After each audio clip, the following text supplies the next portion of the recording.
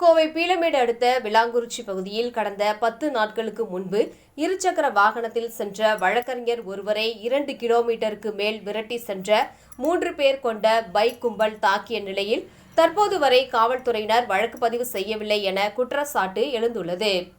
கோவை விளாங்குறிச்சி பகுதியைச் சேர்ந்தவர் அறிவழகன். கோவை நீதிமன்றத்தில் வழக்கறிஞராக பணியாற்றி வரும் இவர் கடந்த 19ஆம் தேதி பணியை முடித்துவிட்டு இரவு சுமார் 11 மணி அளவில் தனது இருசக்கர வாகனத்தில் வீட்டிற்கு சென்றுள்ளார். அப்போது பீளமேட்டில் இருந்து அவரை இருசக்கர வாகனங்களில் வந்த 3 பேர் பின்தொடர்ந்து சென்றுள்ளனர். ஆள் நடமாட்டம் இல்லாத பகுதியில் வைத்து தகாத வார்த்தைகளாலும் பேசி வாகனத்தை நிறுத்துமாறும் கூறிய அந்த கும்பல் அறிவழகன் வாகனத்தை நிறுத்தாததால் திடீரென அவரது ஹெல்மெட்டில் தாக்கியதுடன் இருசக்கர வாகனத்தையும் கல்லால் எட்டி உதைத்துள்ளனர்.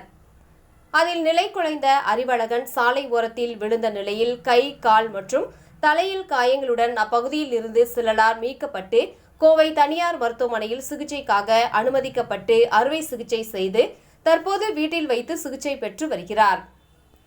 இதனிடையே வழக்கறிஞர் அறிவழகன் இருசக்கர வாகனத்தில் வந்த 3 பேரால் துரத்தப்பட்டு தள்ளி விடுவது போன்ற சிசிடிவி காட்சி தற்போது வெளியாகிய சூழலில் இது சம்பந்தமாக காவல்துறையினர் 11 நாட்கள் கடந்தும் தற்போது வரை வழக்கு பதிவு செய்யப்படவில்லை என்றால் உரிய விசாரணை கூட நடத்தப்படவில்லை என்றும் பாதிக்கப்பட்ட அறிவழகன் தெரிவித்துள்ளார்.